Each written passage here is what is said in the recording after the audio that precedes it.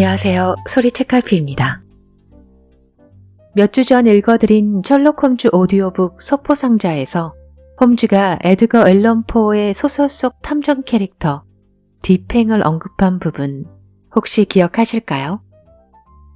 1841년부터 44년까지 발표된 에드거 앨런 포의 추리소설 시리즈 모르그가의 살인사건, 마리 로제의 수수께끼, 도둑맞은 편지를 읽어보신 분이라면 C. 오기스트 디팽이 누구인지 아실 텐데요. 경찰이 아니니까 복잡하고 미묘한 범죄 사건을 기존의 수사기법이 아닌 독특하고 놀라운 시선으로 관찰하고 예리하게 추리해 범인을 밝혀내는, 다시 말해 우리가 현재 너무나도 잘 알고 있는 탐정소설을 처음으로 소개한 작가. 그는 검은 고양이로 너무나도 잘 알려진 시인이자 소설가 에드가 앨런 포였으며 그 탐정의 모태가 바로 오기스트 디팽입니다. 그에겐 특별수사를 부탁하는 파리 경찰청의 쥐 총감이 있고 디팽과 한 집에서 생활하며 그의 범죄 수사에 조력하는 친구가 있죠. 아쉽게도 이 탐정의 모태라 불리우는 에드가 앨런 포 탐정소설은 이 세 편이 전부랍니다. 하지만 40-50년 후 아서 코난 도일이 이 탐정소설 플롯에 큰 영향을 받아 셜록 홈즈와 친구 왓슨을 통해 탐정소설의 꽃을 피웠죠.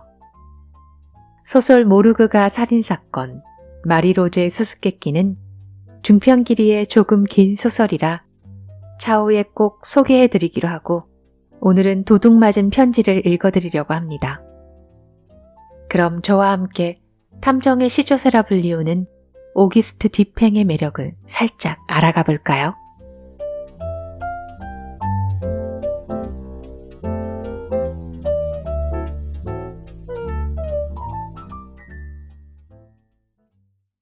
(1800년대의) 어느 바람 부는 가을날, 어둠이 막 깔리는 저녁 무렵이었다.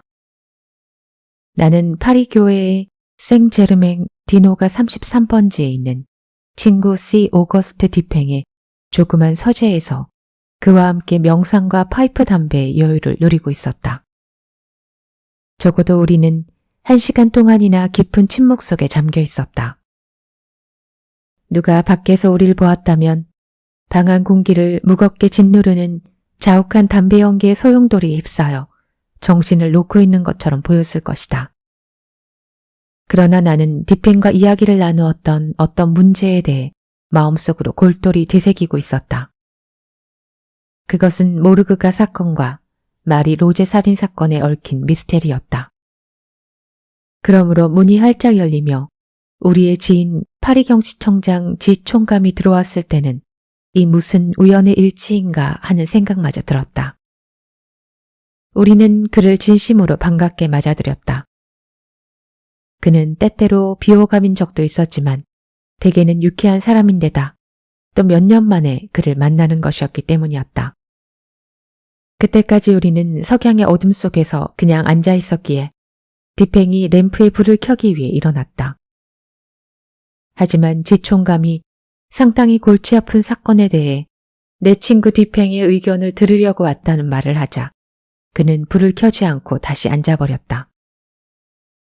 숙고해야 할 문제라면 어둠 속에서 생각하는 것이 더 나을 테니까. 디팽이 말했다. 또 당신의 묘한 버릇이 나왔군요. 총감은 무엇이든 자기가 이해할 수 없는 것은 모두 묘한 것이라고 말해버리는 습관이 있었다. 묘한 것 투성이 속에 살아온 사람이었다. 그런가요? 디팽은 그에게 담배를 권하고 안락의자를 그쪽으로 밀어주며 대답했다. 그런데 그 골치 아프다는 사건은 대체 어떤 것입니까? 또 살인사건은 아니겠죠? 내가 지총감에게 물었다. 아니요. 이번에는 좀 다릅니다.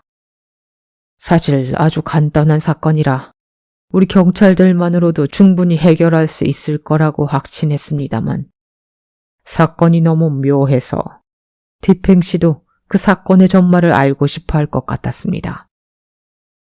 간단하고도 묘하다. 디팽이 말했다.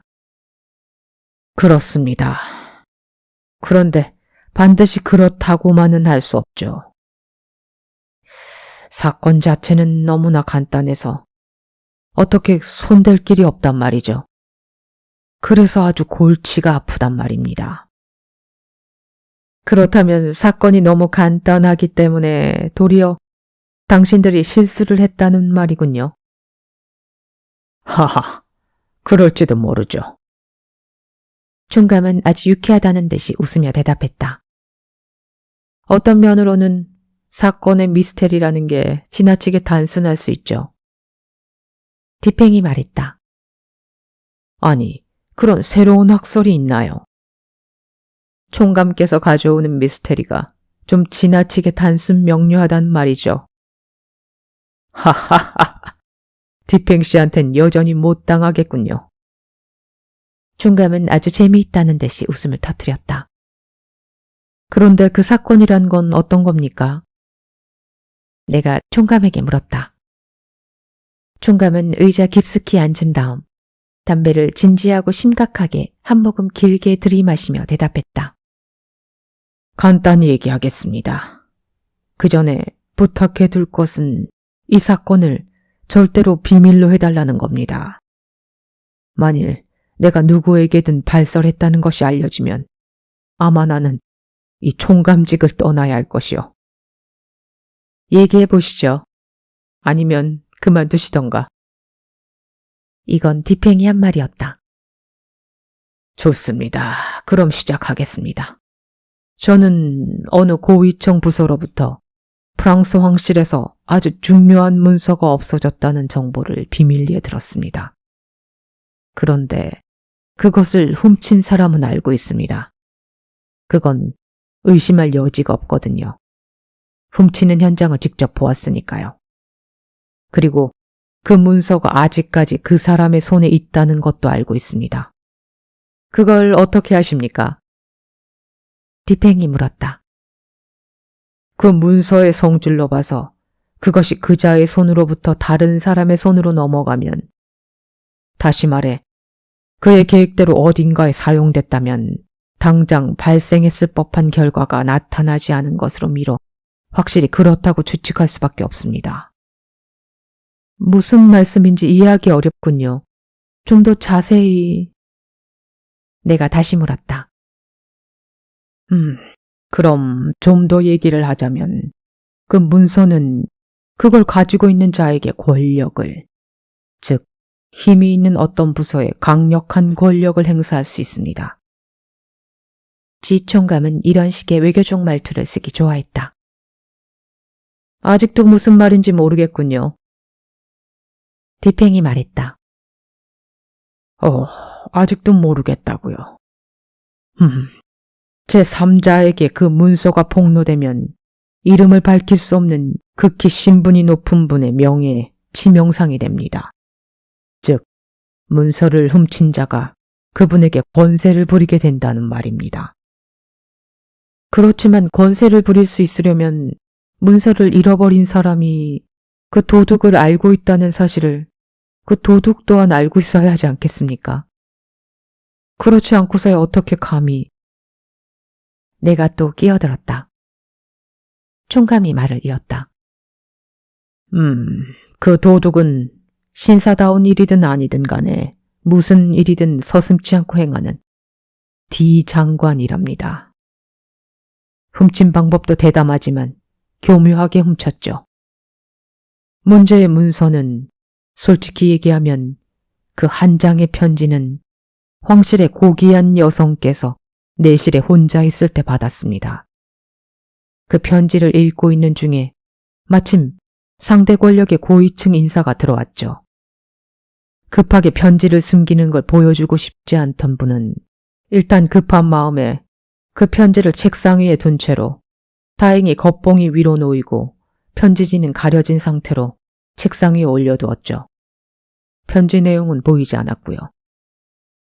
바로 그때 내실로 디장관도 들어왔습니다. 그의 살쾡이 같은 예리한 눈은 고귀한 여성의 얼굴에 떠오른 당황한 기색을 살폈고 잽싸게 책상 위에 편지 겉봉에 적힌 주소의 필적을 알아보았죠.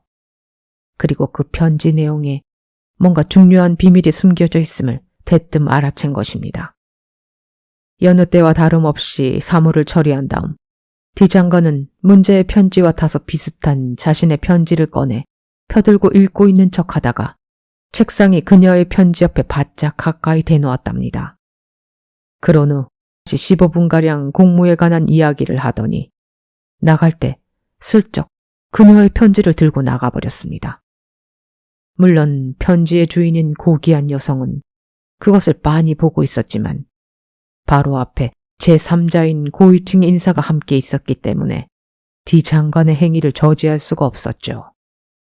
그렇게 D 장관은 아무짝에 쓸모없는 자기의 편지를 고귀한 여성의 책상 위에 놓은 채 그녀의 편지를 들고서 유유히 나가버린 겁니다.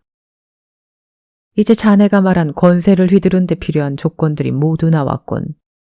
도둑 맞은 분이 훔친 녀석을 알고 있다는 것을 훔친 당사자 또한 알고 있으니까. 디팽이 나에게 말했다. 그렇소. 이렇게 얻어진 권세는 지난 수개월 동안 매우 위험할 정도로 정치적인 목적에 사용되고 있습니다. 그 편지를 도난당한 황실의 여성분은 어떻게 해서든지 그 편지를 되찾아야 했지만 이 문제를 공공연하게 처리할 수가 없어 절망하던 끝에 결국 나에게 이 사건 해결을 일임했습니다. 당신보다 총명한 경찰은 찾을 수도 상상할 수도 없었겠죠. 디팽이 자욱한 담배 연기 속에 파묻혀 말했다. 놀리듯 그리 부풀리지 마시오. 하지만 그런 의견이 있었을 수도 있습니다. 총관님 말대로 편지가 아직까지 장관 수중에 있는 건 확실하겠군요. 편지를 없애버리는 것보다 조용히 가지고 있는 것이 권세를 부리는 데 유리할 테니까요. 내가 말하자 지 총감이 동의했다. 맞습니다. 나도 그 확신하에 이번 사건을 처리해 나갔습니다. 내가 제일 먼저 한 일은 D 장관의 자택을 철저히 수색하는 것이었죠. 당연히 장관에게 들키지 않고 수색을 해야 하는 것이 제일 큰 문제였죠. 우리의 계획이 그의 의심을 사게 된다면 위험해질 수도 있을 테니까 특히 조심하라는 경고를 받았거든요. 그런 수색쯤이야 총감에게 누워서 떡 먹기겠죠. 파리 경찰은 이런 일에 있어 수많은 경험이 있지 않습니까? 디팽이 말했다. 네, 그거야 그렇죠. 그래서 난 걱정도 하지 않았습니다. 더구나 D 장관의 생활 습관은 우리가 자택을 수사하기에 더욱 편했습니다. 장관이 자주 집을 비우더군요. 그리고 몇 명 안 되는 하인들은 주인 방에서 멀리 떨어진 방에서 머무는 데다 대부분이 나폴리 사람들이었으므로 웬만큼 술을 먹으면 밤엔 쉽사리 골아 떨어지더군요. 아시다시피 나는 파리의 어떤 방이든지 어떤 서랍이든지 열 수 있는 만능 열쇠를 가지고 있습니다. 그 열쇠로 지난 3개월 동안 내가 직접 D 장관의 집을 수색하지 않은 날이라곤 단 하룻밤도 없었습니다. 이건 내 명예와도 관계되는 일이고 밝히기는 못하지만 보수도 막대합니다. 그래서 편지가 숨겨져 있을 만한 곳은 빼놓지 않고 세심하게 수색했다고 생각합니다. 하지만 훔친 자가 나보다 훨씬 지능적이라는 걸 알고선 난 결국 수색을 단념하고 말았습니다. 그렇지만 이럴 수도 있지 않았을까요? 내가 의견을 내었다. 그 편지가 아직 장관의 손에 있다고 하더라도 집 바깥에 감춰뒀을지도 모르죠. 디팽이 나의 말에 이의를 제기했다. 그건 거의 불가능했을걸. 황실의 현재 특수한 사태, 특히 D 장관이 관련돼 있다는 상황으로 미루어봐. 장관은 그 편지를 금방 꺼낼 수 있도록 늘 대비해 두는 것이 편지를 소유하는 것 못지않게 중요했을 테니 말이야. 금방 꺼낼 수 있도록 준비해 두다니. 내가 물었다. 말하자면 비상사태에 언제든 찢어버리기 쉽게 말이지. 아, 그렇다면 편지는 확실히 집안에 있겠군. 섣부르게 장관이 몸에 지니고 다니진 않을 테니까. 네, 그렇소. 2번이나 소매치기인 척하고 디장관의 몸을 뒤져보기도 했으니까요. 총감이 말했다. 그런 성가신 일은 안 해도 좋았을 걸 그랬군요. 디장관도 바보는 아닐 테니 그쯤이야 당연히 예상하고 있었겠죠. 디팽이 말했다. 네, 아주 바보는 아니죠. 그러나 디장관은 시인이기도 합니다. 난 시인과 바보를 이웃사촌쯤으로 생각하고 있죠. 총감이 말했다. 그렇죠. 나도 서툰 시 나부랭이를 지어본 적이 있긴 하지만요. 디팽이 파이프 담배를 한 모금 빨며 말했다. 수색했다는 방을 좀 더 자세히 말씀해 주실 수 없을까요? 그러죠. 나는 이와 같은 일에 많은 경험을 갖고 있기 때문에 시간을 들여 샅샅이 조사해 봤습니다. 우선 방마다 가구를 조사하고 서랍은 모두 열어보았습니다. 아시다시피 능숙한 경찰에게 비밀 서랍이란 있을 수 없으니까요. 이런 식의 꼼꼼한 수색에 있어서 경찰의 눈을 속일 수 있는 비밀 서랍이 있다고 생각한다면 그야말로 얼간이죠. 어떤 서랍장이든 간에 해당하는 용적이 있습니다. 그러나 우리들은 세밀한 자를 가지고 있으므로 1라인 0.2cm의 5분의 1일지라 해도 우리 경찰의 눈을 속일 순 없죠. 옷장과 서랍 다음엔 의자를 조사해봤습니다. 그리고 쿠션은 우리가 사용하는 가늘고 긴 바늘로 샅샅이 찔러봤습니다. 책상 윗면까지 뜯어보았고요. 그건 왜죠? 내가 물었다. 간혹 책상이나 그런 비슷한 가구의 뚜껑을 뜯어 그 안에 물건을 감추는 예가 얼마든지 있으니까요. 또는 가구의 다리에 구멍을 뚫고 그 속에다 물건을 넣은 다음 감쪽같이 뚜껑을 덮는 그런 경우도 있습니다. 침대 다리도 이런 목적으로 가끔 사용되죠. 그렇지만 가구의 빈 구멍은 두드려 보면 알지 않습니까? 천만에요.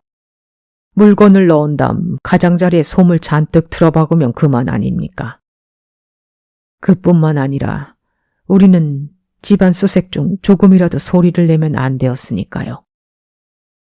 그러나 말씀하신 그런 방법으로는 감췄을 만한 가구를 하나도 빼놓지 않고 낱낱이 뜯어 조각으로 분해할 수는 없었겠죠. 편지 한 장쯤이야 얼마나 되겠어요. 돌돌 말면 큰 뜨개질 바늘만한 굵기밖에 안 되죠. 그까짓 거야 의자 다리 사이에라도 틀어놓을 수 있지 않습니까? 그렇다고 해서 의자를 전부 뜯어보지는 않으셨겠죠. 내가 지총감에게 다시 물었다. 그야 그렇죠. 하지만 그보다 더 교묘한 방법으로 조사했습니다. 집안의 모든 의자 다리와 모든 가구의 틈을 도수가 높은 확대경으로 조사했거든요. 만일 최근에 뜯어본 흔적이 있었다면 확대경으로 보면 분명 눈에 띄지 않을 리가 있겠습니까? 톱밥 하나라도 사과만큼 크게 보이니까요. 붙인 곳이 좀 떨어져 있다거나 틈이 조금이라도 뒤틀려 있다면 즉각 눈에 띌 것입니다. 물론 화장대도 보셨겠죠? 판자와 유리 사이도요. 그리고 커튼과 융단은 물론이고 침대와 침구도 조사해 보셨겠죠? 그야 물론이죠. 모든 가구를 철저히 조사한 다음 집 자체를 조사했습니다. 집의 전체 면적을 여러 부분으로 나누고 바로 옆에 붙은 2채의 집도 포함해서 빠뜨리는 법이 없도록 번호까지 붙여가며 온 집안을 지난번과 같이 1평방미터씩 확대경으로 조사했습니다. 옆에 붙은 2채의 집까지도요. 참으로 대단한 수고를 하셨군요. 디팽이 말했다. 네, 그랬죠. 워낙 사건에 따른 보수가 막대하다 보니 집 주위 정원도 보셨겠죠? 그랬습니다. 정원은 전부 벽돌이 깔려 있었습니다. 그래서 별로 힘들진 않았죠. 벽돌 사이에 낀 이끼도 조사해 봤는데 별로 수상한 곳이 없었습니다. 물론 당연히 D장간의 문서들과 서재 책들도 모두 조사해 보셨고요. 당연합니다. 모든 상자와 서포도 열어보았고 책도 보통 경찰들이 하듯이 다만 흔들어보는 그것으로 그치지 않고 일일이 책장을 넘겨봤습니다. 책 표지도 낱낱이 부피를 재보고 일일이 확대경으로 철저하게 조사했습니다. 최근에 제본한 책이라면 눈에 띄지 않을 수 있으니 서점으로부터 배달된 몇 권의 책은 위로부터 바늘을 찔러서 세밀하게 찔러보았습니다. 카페달의 마룻바닥도 조사하셨습니까? 조사했죠. 카펫을 전부 드러내 확대경으로 마루 판자 사이사이 조사했습니다. 벽지는요? 조사하고 말고요. 지하실도 살펴보셨습니까? 했습니다. 그렇다면 무슨 착오가 있군요. 그 편지는 당신이 상상하듯 집안에는 없는 것 같습니다만. 아마 그런가 봅니다. 총감도 맥없이 동의했다. 그러니 디팽씨, 어떡하면 좋겠소? 무슨 의견이 없습니까? 글쎄요. 다시 한번 철저히 집안을 조사해보는 것밖에는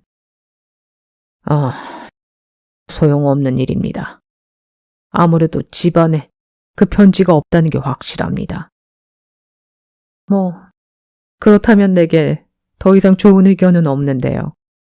물론 당신은 편지의 모양은 잘 알고 계시겠죠? 디팽이 물었다. 그럼요. 총감은 수첩을 꺼내 잃어버린 편지의 내용과 특히 외형에 관해 더욱 자세하게 설명하기 시작했다. 설명이 끝나자 그는 곧 서재를 나갔는데 나는 그때처럼 낙심한 그의 얼굴을 본 적이 없었다. 그 후 한 달쯤 지나 지 총감이 다시 우리를 찾아왔는데 우리는 전과 다름없이 자욱한 담배 연기 속에서 명상에 잠겨 있었다. 지 총감은 우리와 함께 의자에 앉아 파이프 담배를 들고 이런저런 이야기를 하기 시작했다. 마침내 궁금해진 내가 물었다. 그런데 그 도둑맞은 편지는 어떻게 됐습니까? 결국 D장관을 이길 수 없어 체념해 버렸습니까? 그 작자. 지긋지긋한 녀석 같으니. 디팽씨의 말대로 더욱 철저하게 재조사해보았지만 예상한 대로 헛수고였습니다. 그 도둑맞은 편지를 찾으면 제공한다던 보수는 얼마라고 하셨죠? 디팽이 물었다. 그야 막대하죠. 두둑한 보수입니다. 얼마라고 정확히 말은 못하지만 누구든지 나에게 그 편지를 찾아준다면 5만 프랑의 내 개인 수표를 서슴치 않고 내놓겠다는 것만은 이 자리에서 분명히 얘기할 수 있습니다. 그 편지의 중요성은 날이 갈수록 더해지고 보수가 2배로 뛰었거든요. 하지만 3배가 된다 하더라도 난 더 이상 그 편지를 찾을 수가 없습니다. 하지만 지 총감님, 난 당신이 이 사건에 최선을 다하지 않았다고 여겨지는데요. 좀 더 노력할 수 있지 않았을까요? 디팽이 파이프 담배를 빨며 느리게 말했다. 어떻게요? 도대체 무슨 방법으로 말이요? 글쎄요. 당신은 이 사건에서 다른 사람의 충고를 들었더라면 좋았을 겁니다. 혹시 에버디니를 아십니까? 모릅니다. 에버디니고 뭐고 간에 다 모르겠소. 그야 당신 마음대로이긴 하죠. 옛날 어느 구두쇠 부자가 의사 에버디니를 찾아와서 둘이서 마주 앉아 일상적인 얘기를 주고받았습니다. 그러다 구두쇠가 공짜로 진찰을 받을 속셈으로 어떤 환자의 병세가 이러이러한 것으로 생각되는데 의사 선생님 같으면 무슨 약을 쓰라고 하시겠습니까? 하는 식으로 자신의 병세를 은근슬쩍 의사 에버디니에게 물어봤죠. 그랬더니 무슨 약을 써야 하냐고요. 그야 물론 의사의 충고를 따라 써야죠. 라고 의사 에버디니가 대답을 했답니다. 하지만 난 가리지 않고 다른 사람의 충고도 듣고 제대로 보답할 생각입니다. 이 사건을 해결해주는 사람에게는 누구에게라도 틀림없이 5만 프랑을 제공할 생각이요. 총감이 약간 붉어진 얼굴로 말했다. 그렇다면 이렇게 말하며 디팽은 서랍을 열어 수표책을 꺼내놓았다. 그렇다면 방금 말한 금액의 수표를 써주시죠. 수표에 서명을 해주시면 내가 당장 그 도둑 맞은 편지를 드리겠습니다. 나는 깜짝 놀랐다. 지총감 역시 마치 벼락을 맞은 사람처럼 한마디 말도 없이 꼼짝도 않고 믿을 수 없다는 듯이 입을 벌린 채 튀어나올 듯한 눈으로 디팽을 쳐다보고 있었다. 이윽고 정신이 돌아왔는지 펜을 들고 몇 번이나 머뭇거리며 수표책을 멍청하게 내려다보더니 5만 프랑의 수표에 서명을 한 다음 책상 너머 디팽에게 돌려주었다. 디팽은 5만 프랑을 확인한 다음 수표를 지갑에 넣어두었다. 그런 후 책상 서랍을 다시 열어 문제의 편지를 꺼내 총감에게 건네주었다. 총감은 기뻐서 어쩔 줄 몰라 그것을 꼭 움켜쥔 다음 떨리는 손으로 급히 편지의 내용을 확인했다. 그런 후 비틀거리며 문 쪽으로 달려가 인사 한마디도 없이 떠나버렸다. 하긴 디팽이 수표에 서명해달라고 말한 때부터 지총감은 아무 말도 못했던 것이다. 총감이 허둥지둥 가버리자 궁금해 미치겠다는 표정이 가득한 나에게 자세하게 설명을 해주기 시작했다. 파리의 경찰은 그 방면에 있어서 아주 유능하지. 끈기도 있고 교묘하면서도 교활하고 직무상 필요한 지식은 충분히 가지고 있다네. 그래서 총감이 디장간의 집을 조사한 수색 방법을 얘기했을 때 그가 노력한 범위 내에서는 최선을 다했으려니 하고 난 전적으로 그의 말을 믿었다네. 그가 노력한 범위 내에서라고? 나는 별 생각 없이 웃고 있었지만 디팽은 진심으로 얘기하고 있는 것 같았다. 그렇지. 그가 사용한 방법은 최상의 것일 뿐만 아니라 절대적으로 안전하게 실행되었을 테니 편지가 그들의 수색 범위 내에 감춰져만 있었다면 반드시 그의 눈에 띄었을 걸세. 채택한 수색 방법도 훌륭했고 실행도 빈틈없었단 말일세. 하지만 오게티는 그런 방법이 상대에게는 적합하지 않았단 말이지. 총감이 자랑하는 아주 교묘한 수단이라는 게 실상은 그리스 신화 속 프로크루스테스의 침대와 같았거든. 그는 그 침대에 자신의 계획을 억지로 두들겨 맞추었던 거지. 총감은 당면한 사건에 대해서 지나치게 가볍게 생각하거나 혹은 지나치게 깊게 생각하여 항상 실패한단 말일세. 이런 점에 있어서 어린아이가 그보다도 훨씬 더 영리하단 말이지. 난 8살 된 어떤 아이를 알고 있는데 그 애는 홀짝놀이에서 너무나 잘 알아맞혀 친구들 사이에서 늘 이기더군.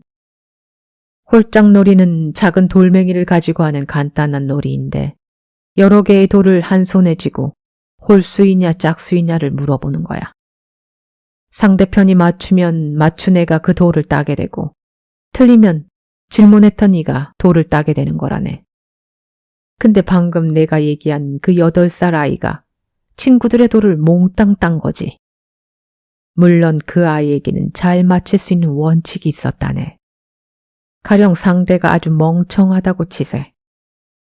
그 멍청한 아이가 손을 들고 내 손에 든 것이 홀수냐 짝수냐 물었을 때 내가 아는 8살짜리 아이가 홀수다라고 말해 그만 지게 되었지. 하지만 다음번에는 무조건 이긴다네. 왜냐하면 상대방의 아이는 꽤나 멍청한 아이이기 때문에 첫 번째로 짝수로 이겼으니 그 아이의 두뇌 수준 정도라면 두 번째는 기껏해야 홀수의 돌을 손에 쥐려고 할 테니까. 그러니 내가 아는 8살짜리 아이는 홀수라고 불러 다음번에는 이긴단 말일세. 물론 게임을 하는 상대가 그 멍청한 아이보다 좀 더 나은 두뇌를 가진 아이라면 다른 식으로 추리해야겠지. 좀 더 머리를 쓰는 아이는 처음 게임에서 짝수로 이겼다면 다음번엔 홀수로 바꿔볼까 하다가 그건 너무나 단순하겠구나라는 생각에 처음과 똑같이 짝수의 돌을 손에 쥘 것이야. 그렇다면 그 8살짜리 아이는 상대방의 두뇌를 가늠하곤 이번엔 짝수라고 대답해 이기게 되겠지. 물론 게임을 함께한 아이들은 운이 좋아서 돌을 땄다고 생각하겠지만 그게 정말 운이 좋아서일까? 이 아이의 추리법을 분석하면 무엇이겠나? 그 아이는 상대방의 지적 능력을 파악하려고 애쓴 것이라네. 내가 그 아이에게 물었지. 어떻게 해서 그렇게 잘 알아맞추느냐라고. 그랬더니 이렇게 대답하더군. 전 상대가 누구든지 그 아이가 얼마나 영리할까 또는 바보일까, 선량한가 불량한가를 추리해봐요. 혹은 지금 무슨 생각을 하고 있을까를 알고 싶을 때는 내 얼굴 표정을 그 아이의 표정에 가능한 비슷하게 만들어보죠. 그 다음에는 그 표정에 따라 나오는 나의 마음에 어떤 생각이나 어떤 감정이 떠오르나 기다리면 되는 거죠.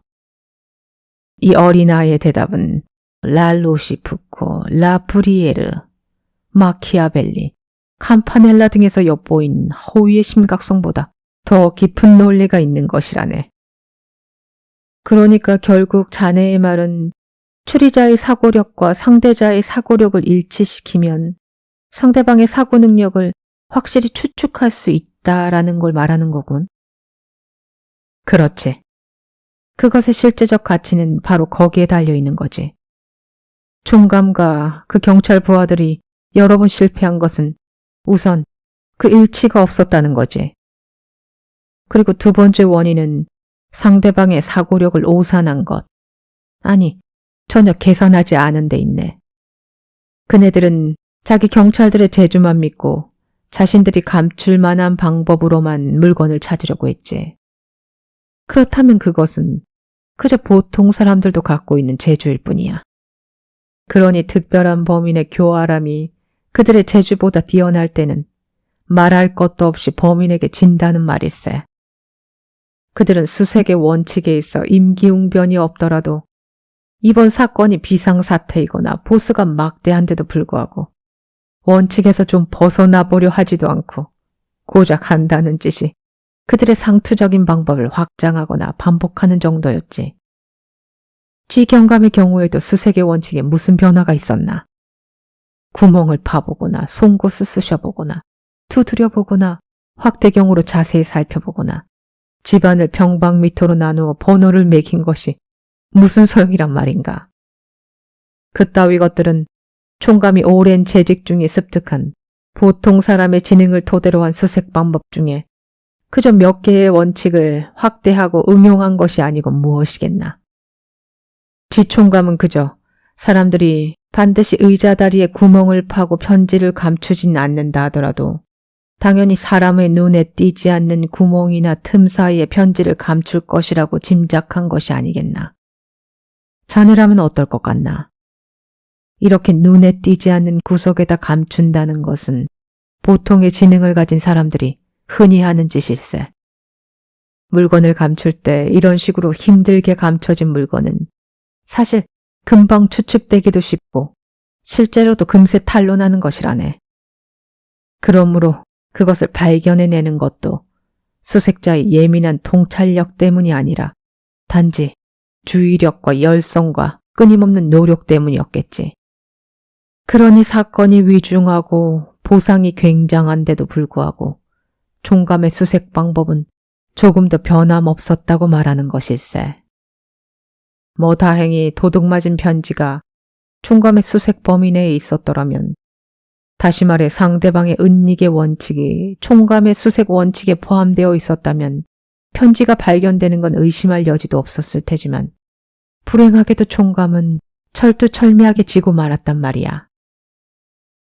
총감의 실패 원인은 디 장관이 시나 불행이나 쓰는 시인이라며 얼간이 바보쯤으로 단정해버린 데 있는 거야. 모든 시인은 바보다라고 총감은 단정했고 이 전제로부터 추론을 내려 판단하는 오류를 범한 거지. 그런데 정말 D 장관이 시인이었나? 그의 형제가 모두 학계에서 이름을 날리고 있다는 건 나도 알고 있다만 장관은 미분학에 대해 쓴 훌륭한 저술도 있지. 그러니 그는 수학자인 건 확실하지만 시인은 아닐 거야. 아니, 그건 자네의 오해야. 난 D 장관을 잘 알고 있는데 그는 수학자 겸 시인이기도 하다네.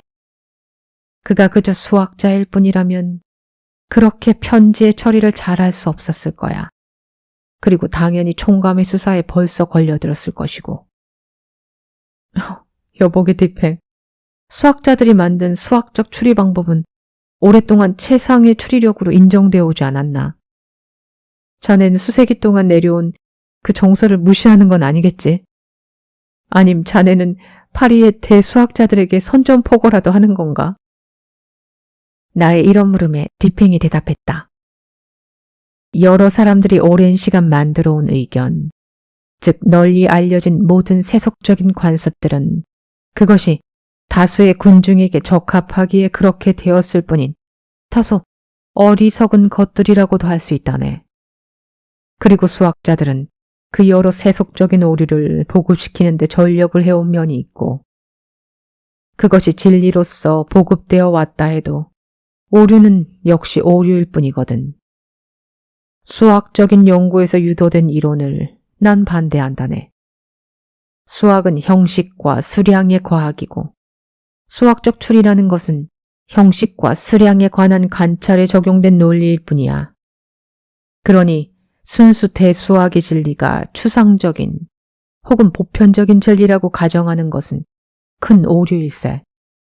그리고 그 오류가 놀랄 만큼 일반적으로 통용되고 있다는 것에 대해선 정말 심각하게 생각하지 않을 수 없다네. 수학의 공리가 보편적 진리의 공리는 아닐세. 형식과 수량의 관계에 대하여 진리인 것이 윤리학에 있어선 큰 오류로 되는 경우가 많거든. 윤리학에 있어서는 부분의 집합이 전체와 같다는 것은 대개 진리가 될 수 없네. 동기를 고려할 때도 그렇지. 왜냐하면 각기 일정한 가치를 가진 두 개의 동기는 그것을 합치더라도 반드시 개개의 가치의 합과 같은 가치를 가진 거라고는 말할 수 없으니까 말이야. 그저 관계의 범위 안에서만 진리인 수학적 진리는 이 밖에도 얼마든지 있다네. 그러나 수학자들은 습관상 그들의 진리가 절대적으로 보편적 적용을 가지고 있는 것처럼 주장해왔고 세상 사람들도 그걸 믿고 관습화해온 것일세. 아무튼 그래서 나는 D 장관의 대담하고도 당돌하면서 영리한 두뇌의 교묘함을 염두에 두고 이런 보편적이고 상투적인 수색 방법으로는 그 편지를 찾을 수 없다는 생각이 들었다네. 난 D 장관이 편지를 언제든지 손에 닿는 곳에 두어야 하며 거기다 감추기 위해 애를 쓴 흔적조차 남기지 않으려고 보다 영리하고 지혜로운 방법을 채택했을 거라고 추리했네. 나는 이 같은 생각으로 말개겐 어느 날 아침 푸른색 안경을 쓰고 장관댁을 방문했다네. D 장관은 마침 집에 있더군. 그는 하품이나 하고 피곤해하며 무료해서 견딜 수 없다는 듯한 태도를 취하더군. 하지만 난 알고 있지. 세상에 이 작자만큼이나 대단한 정력가는 없다는 걸. 아무도 보는 사람이 없을 땐 분명 그렇단 말일세. 난 장관 못지않게 눈이 나빠져서 이 푸른색 안경을 쓰지 않으면 안 되게 되었다고 쓸데없는 불평을 늘어놓으며 이야기를 시작했네. 그런 다음 D 장관의 얘기에 귀를 기울이는 척하며 안경 너머로 주위를 둘러보고 방 안을 둘러보았네. 특히 장관의 큰 책상에 주의했지. 책상 위에는 여러 통의 편지와 문서, 두서 개의 악기와 몇 권의 책이 어지럽게 놓여 있더군. 한동안 유심히 살펴보았지만 특별히 의심할 만한 것이라곤 아무것도 없더군. 그래서 방 안을 둘러보다 마침내 나의 시선은 벽난로 한복판 아래에 있는 조그마한 구리 집게로부터 지저분한 파란 리본이 매달려 있고 금속으로 장식되어 겉만 번드르한 편지 꽂이에 멈췄다네. 서너 칸으로 나뉘어 있는 이 편지 꽂이에는 몇 장의 명함과 함께 한 통의 편지가 들어있더군. 편지는 아주 더럽게 구겨져 있었네. 처음에는 그저 버릴 것처럼 찢어버리려다가 그냥 편지 꽂이에 무심히 꽂아둔 것처럼 가운데가 반쯤 둘로 찢어져 있었네. 그 편지에는 크고 커다란 봉인이 있었는데 뚜렷하게 D라는 알파벳이 있었으며 가느다란 여자 필적으로 D 장관에게 보낸 것이었네. 정말 아무렇게나 꽂아둔 것처럼 꽂혀 있었다네. 그래서 나는 이거야말로 찾고 있던 그 도둑 맞은 편지임에 틀림없구나 했지. 물론 편지는 지 총감이 우리에게 자세히 설명한 것과는 판이하게 달랐네. 그 더러운 편지의 봉이는 크고 시커먼 D라는 알파벳이었네. 총감이 말한 편지는 작고 빨간 봉인에 S 가문의 공작 문장이 있다고 하지 않았나. 또 총감이 말한 편지의 주소는 어느 왕족이라고 했는데 이 더러운 편지의 주소는 여자의 필적으로 쓰여 있었어. 다만 편지의 크기만 일치하더군. 이렇게 극단적인 차이점과 더불어 손때가 묻어 더럽고 반쯤 찢어진 편지의 상태가 왠지 D 장관의 빈틈없는 일상생활 모습과는 꽤나 모순적으로 보이더군. 게다가 보는 사람으로 하여금 하찮게 보이려는 의도라던가 편지가 모든 방문자의 눈에 띌 수 있는 곳에 아무렇게나 놓여 있다는 점은 내가 내린 추론과 완전히 일치하는 것이었지.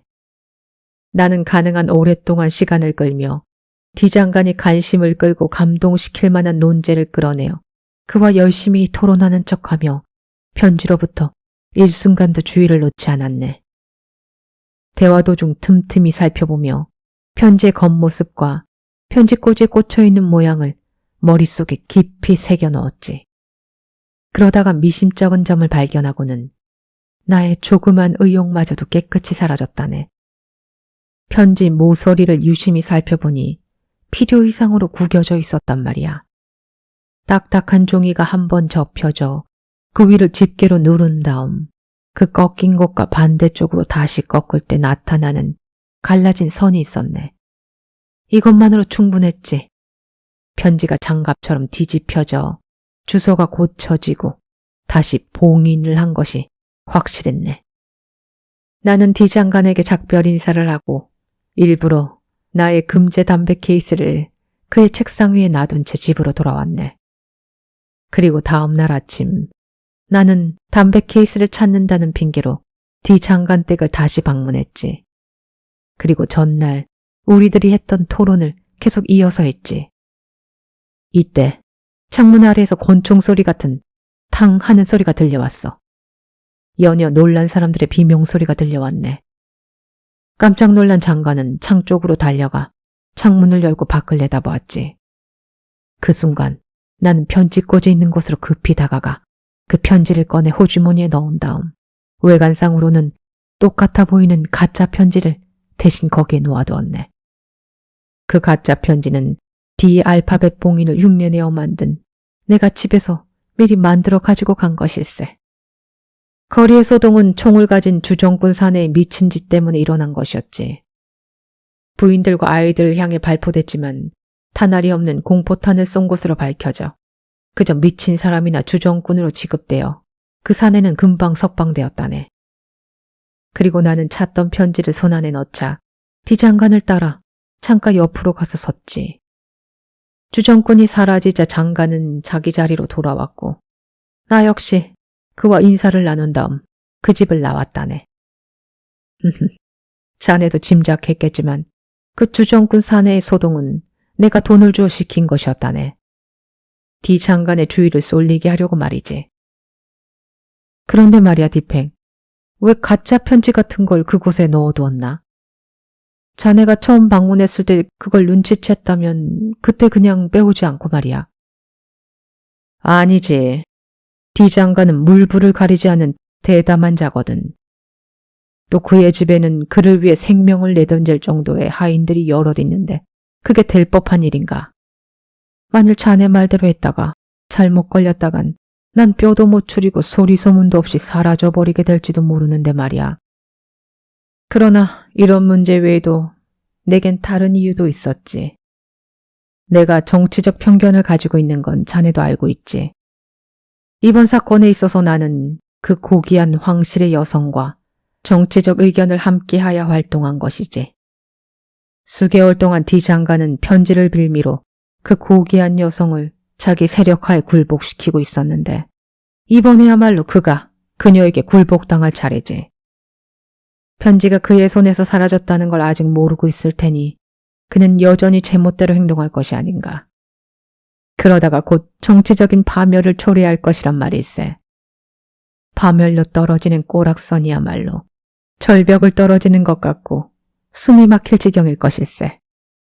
이번 경우에 나는 추락하는 자에게 아무런 동정도 하기 싫다네. 조금의 연민도 느끼지 않아. 그는 무서운 괴물이다. 파렴치한 천재거든. 그래도 지총감의 말을 흉내낸다면 장관이 그 고귀한 여성에게 코가 납작하게 된 후에 당장 부랴부랴 자신이 훔쳐온 편지를 확인해 보려 할 테고 내가 바꿔놓은 가짜 편지를 잃게 될 테니 그 위인은 무슨 생각을 할까? 그 꼬락서니를 보고 싶군. 그럼 뒷행자네는 그 가짜 편지에 뭘 적어 놓았나? 그냥 백지만 넣기도 못하잖나. 그건 디 장관은 모욕하는 거지. 그는 언젠가 한번 오스트리아 빈에서 몹시에 먹인 적이 있었네. 나는 그때 불쾌한 것을 꾹 참으며 언젠가는 이 일에 대해 응당한 복수를 하리라고 마음먹었지. 그의 뛰어난 지략보다 한 발 앞선 이가 누군지 궁금하기도 할 테니 단서 정도는 남겨주어야 예의가 아니겠나. 그가 내 필적도 알고 있으니 백지 한가운데 다음과 같은 글을 써넣었지. 이 잔혹한 음모는 아트레에게는 어울리지 않을지 몰라도 티에스트에게는 어울릴 것이다.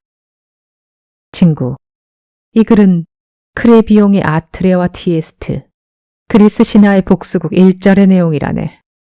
하하하.